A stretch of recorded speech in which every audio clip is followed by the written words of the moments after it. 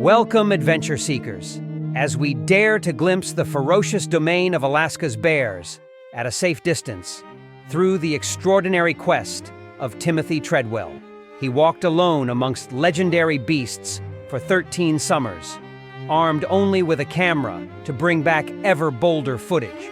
Until one year, he trespassed too far past fences and warnings from scores certain no creature territory allows our access without consequences.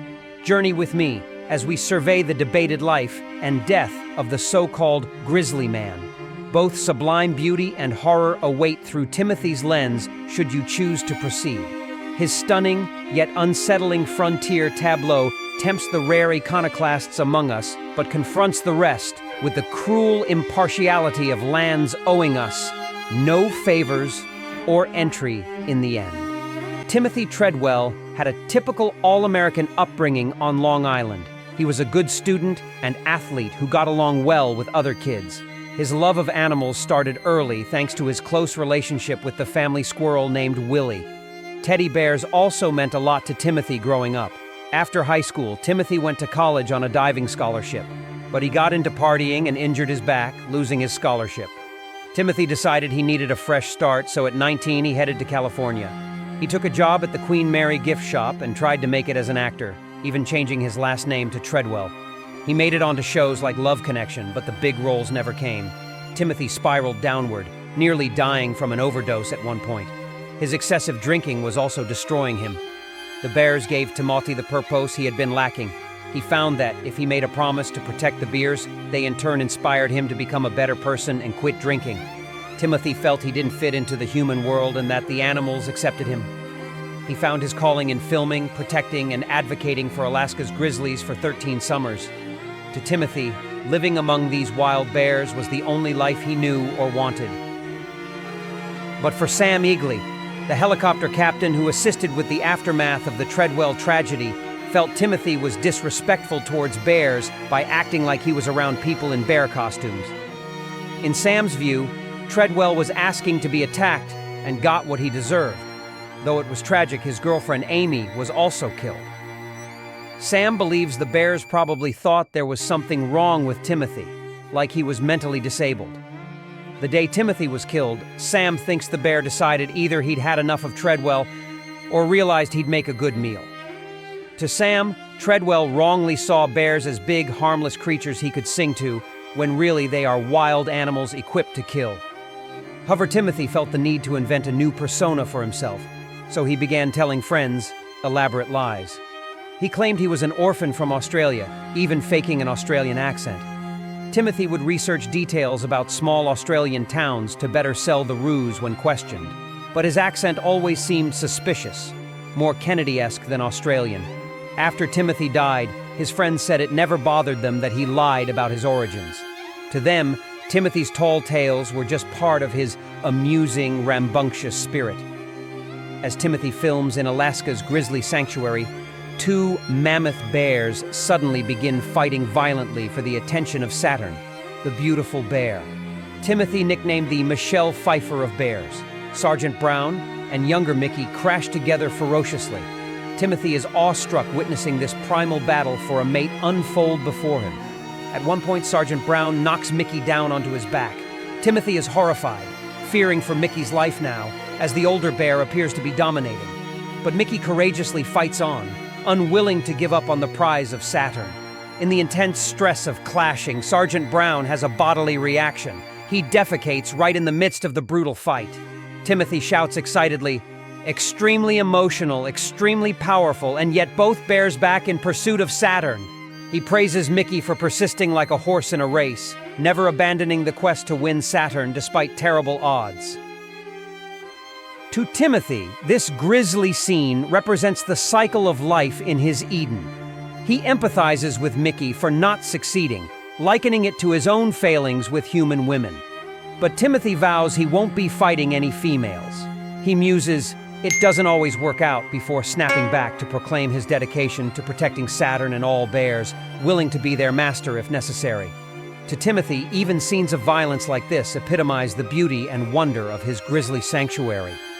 In one scene, Timothy crouches by baby bear Wendy, cooing, "Out came a little poop," Unable to restrain himself, Timothy proceeds to poke at the steaming pile, exclaiming, "I can feel the poop, it's warm.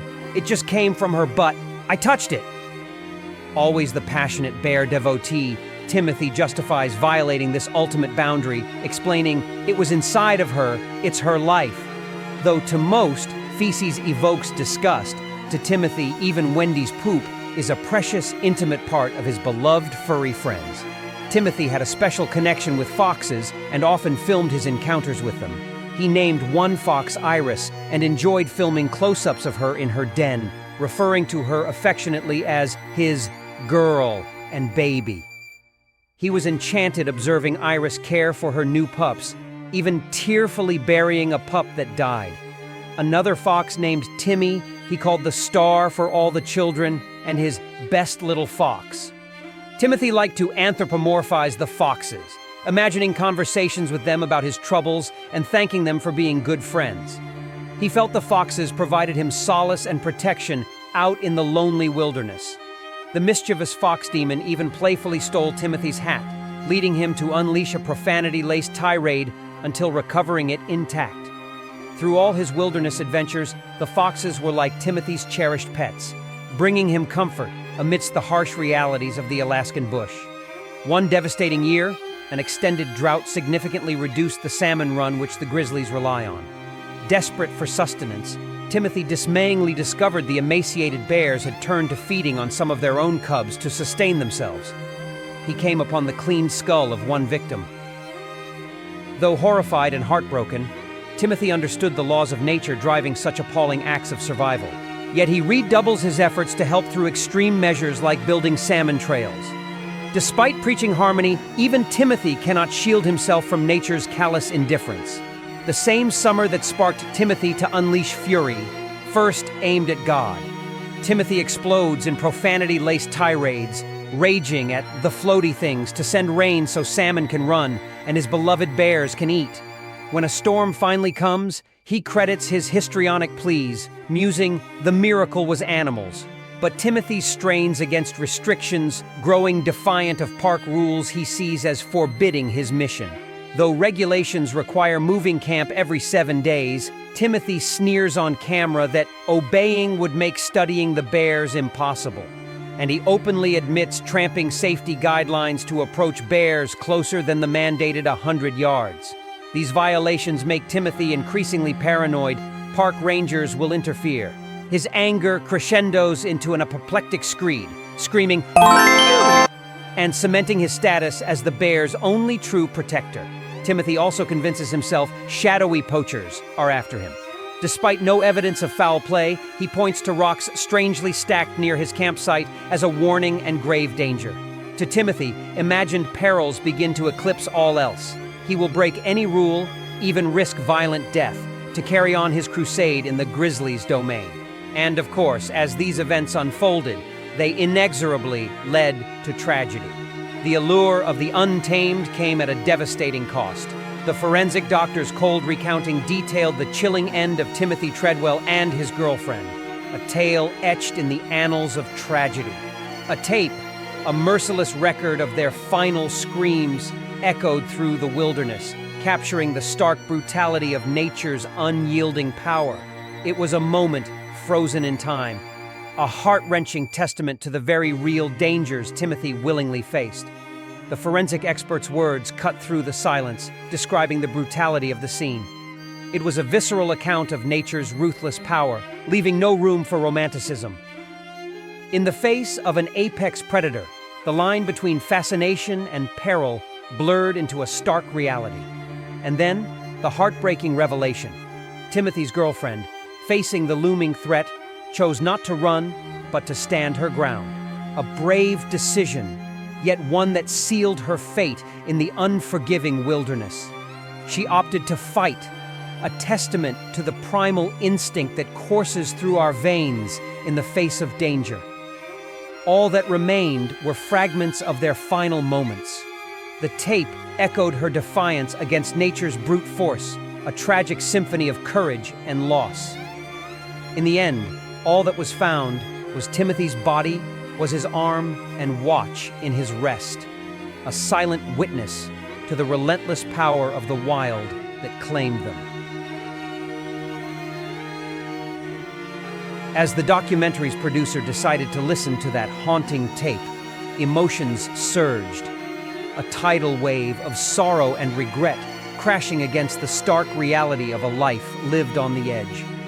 The decision to press play wasn't a mere journalistic act.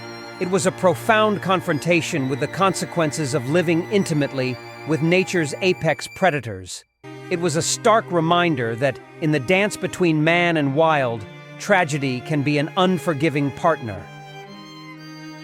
Timothy Treadwell's deep passion for Alaska's coastal bears led him to devote over 13 summers living in close, daring proximity. He faced many perils, but felt spiritually called to be their guardian. Crazy. This is nuts. His dramatic tale serves as a parable. It underscores the awe and humility we must have toward untamed wildlife and the thin divide between our world and theirs. Though his life ended tragically, Timothy's spirit lives on through those carrying forth his mission of stewardship. May his soul, and that of his girlfriend Amy Huguenard, rest in peace, knowing their dedication touched many hearts. That's it for this time. Thanks for watching. And don't forget to hit that subscribe button and ring the notification bell for more stories that delve into the extraordinary and the perilous. Until next time, may the wild always leave you in awe, but with a respectful distance.